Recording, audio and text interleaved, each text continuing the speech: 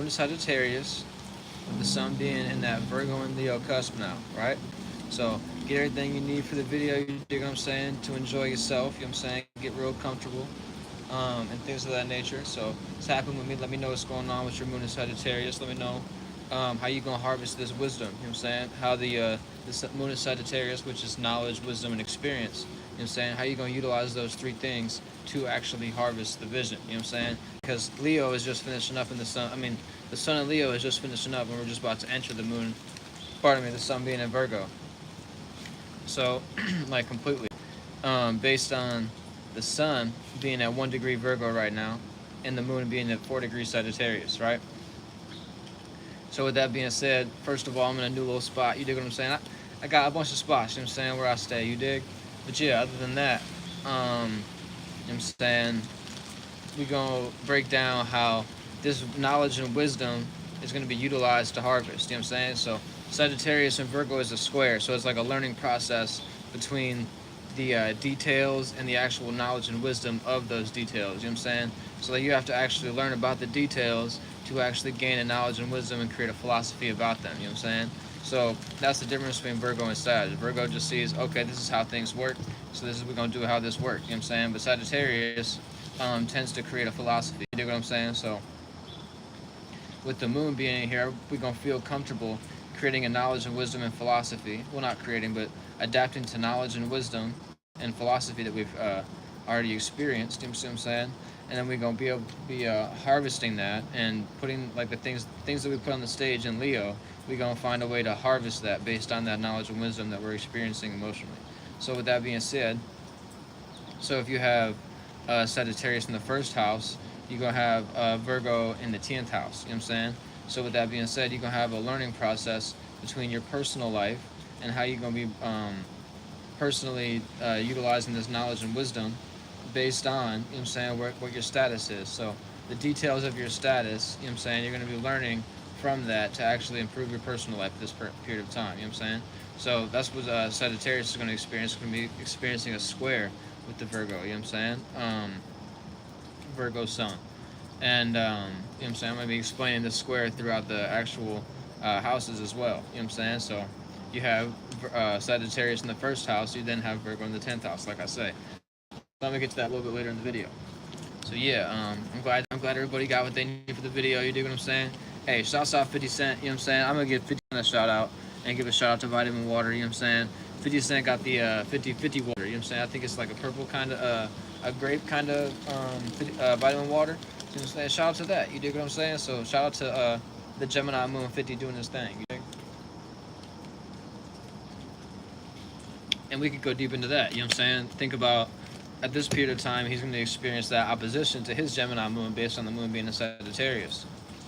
So either at this period of time, the Gemini Moon can either add on or be completely opposite to the energy that is Sagittarius. So the Gemini could just create a communication style instead of saying, oh, you know, this is wise, and the Gemini could just be making jokes. You know what I'm saying? You know how 50 Cent just be on the Instagrams clowning everybody. You dig what I'm saying?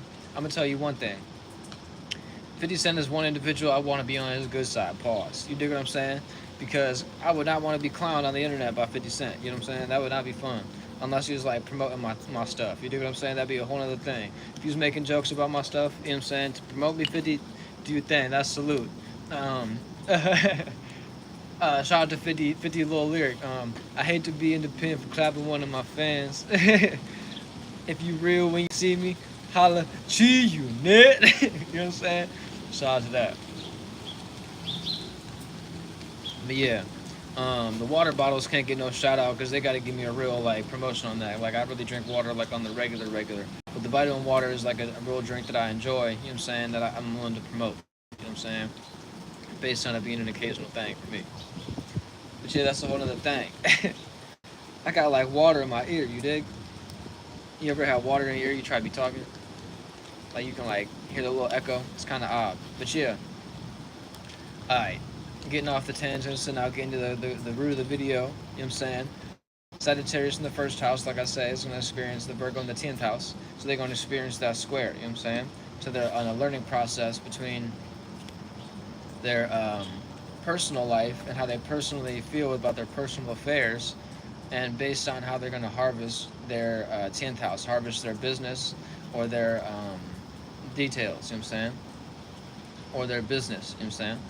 Based on it being Virgo there in the 10th house, you know what I'm saying? So like that Leo is like the ninth house for the Sagittarius, but we're now going to experience 10th house where the sun is going to be at for the Virgo season.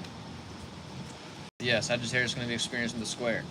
So then moving on, Sagittarius in the second house would be Scorpio rising, and Scorpio rising is like right beside Sagittarius, so it's just like a fatal attraction. So at this point in time, you're going to be having knowledge and wisdom, and feeling the emotions of that knowledge and wisdom that you've accumulated, and the knowledge and wisdom that you value. You know what I'm saying, based on it being the second house. Second house. So the value of the ideas, person, places, or things. You know what I'm saying, at this point in time is what the Scorpio is going to be experiencing, and you're going to be creating a knowledge and wisdom about these values. You know what I'm saying. So with that being said, we're going to move on to the Libra rising, and the Libra rising is going to have Sagittarius in the third house.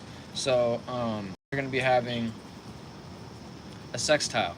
So seeing the opportunity in the environment is what the Libra is going to experience. 60-degree angle is seeing the opportunity, and then based on Libra being the first house and Sagittarius being the third house, one's personal affair is going to be seeing the opportunity in the environment to have a knowledge and wisdom about the environment, and actually harvest these things based on where the Virgo is at.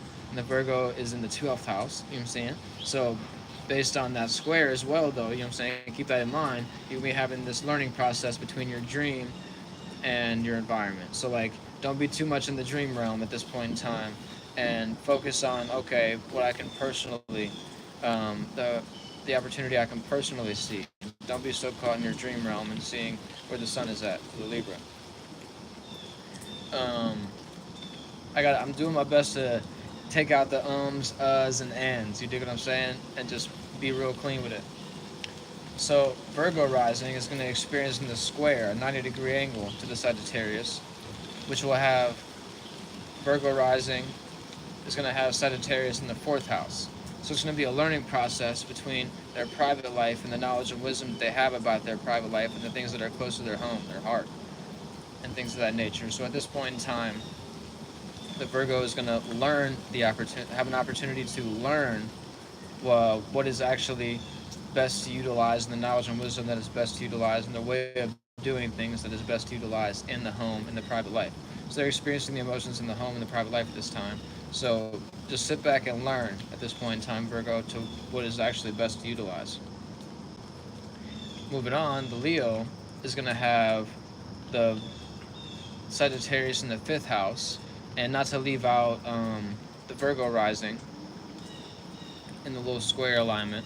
Virgo's going to have a square to that first house and the fourth house, like I just explained. And simple as that, especially where the sun's going to be at. So moving on, Leo's going to have Virgo in the second house, then they're going to have Sagittarius in the fifth. So based on the expression, right now the Leo's going to experience the emotions of what they're expressing and things of that nature. And then having the Virgo in the second house, they're going to be learning about what to value and what to harvest based on those values, and how to express oneself at this time to actually harvest those values. You know what I'm saying? Harvest what one values. So I'm going to put myself on the cross, you dig what I'm saying, type thing, because I'm a Leo rising.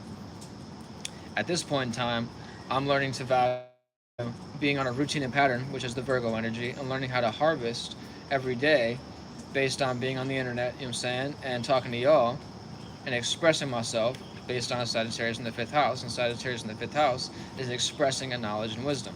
I'm saying I'm on the right little learning process for that, but I also have the 120-degree angle based on having the Leo.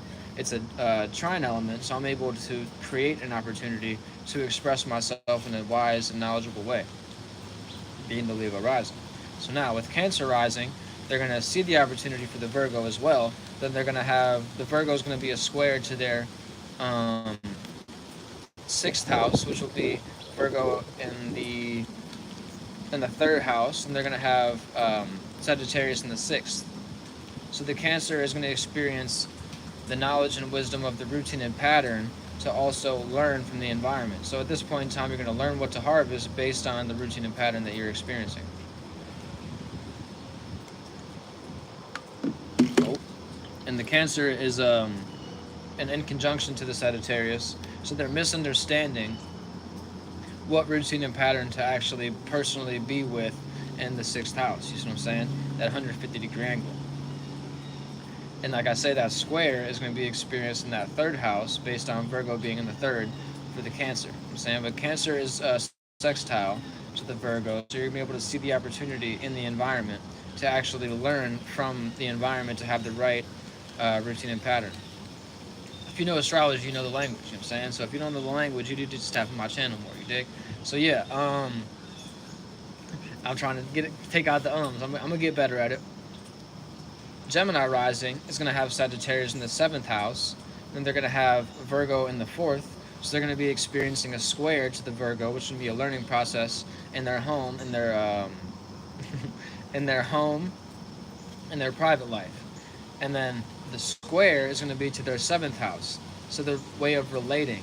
So the Gemini is going to have to relate in a wise and knowledgeable way, so you can either be in opposition to that or add on. Like I say earlier in the video, you can either just relate and create a conversation, or you can add on to the conversation and build on someone else's statements. Essentially, I would recommend that for the Gemini this time. Just add on to other things that are actually beneficial to oneself, so that way one can learn what is private to one's heart, you know what I'm saying?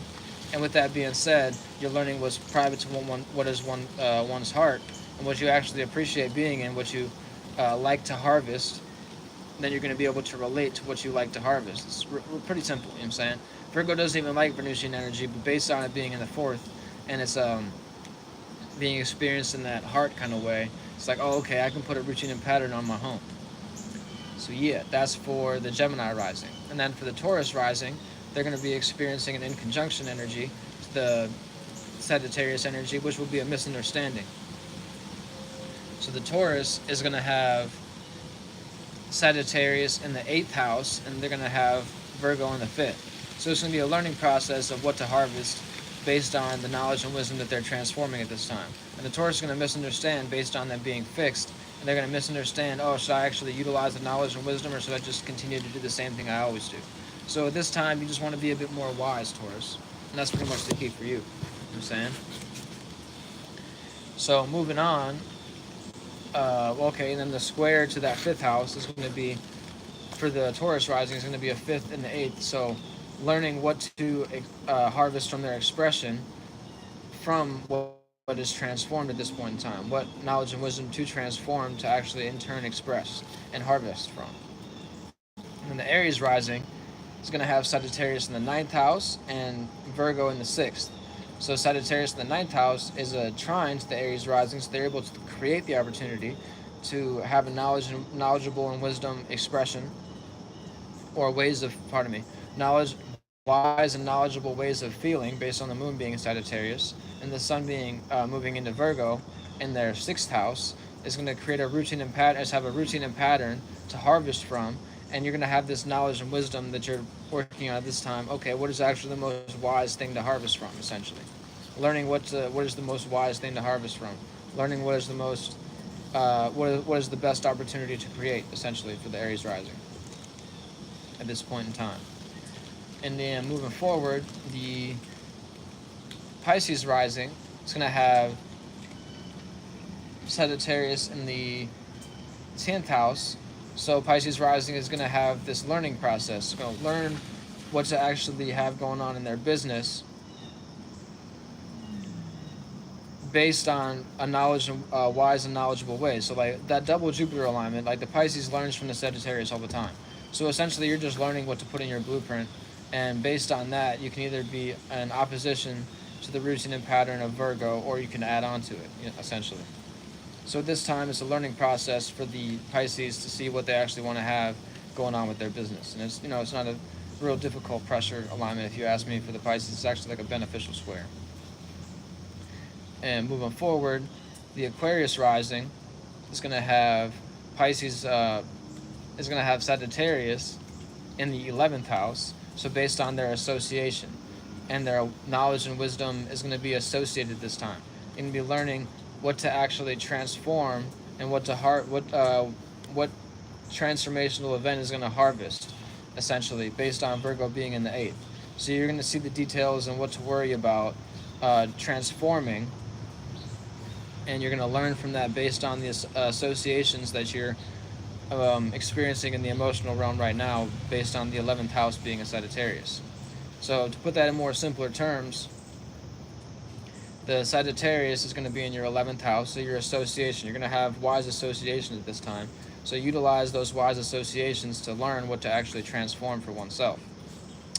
And based on that sextile being that 60-degree angle for the Sagittarius and the Aquarius, you're going to be able to see the opportunity of what associates are best for oneself to actually transform and learn from that. And the Capricorn rising is going to have Sagittarius in the 12th house, and they're going to have the Virgo in the 9th house. So it's going to be that square between their dreams, illusions, and nightmares with the Sagittarius in the 12th, but then their business with the Virgo in the 9th. Pardon me. So they're going to be learning what to be wise about and what routine and pattern to actually utilize the Capricorn. And with that being said, they're going to have that learning process with what dreams to actually align with, essentially, at this time. What is the most wise dream to utilize to actually have a wise and knowledgeable routine and pattern. So this is a good time for the Capricorn, because the Capricorns are trying the Virgo. And it's also a sextile to this, right beside the Sagittarius. So it's able to see the wisdom and things of that nature and utilize that wisdom.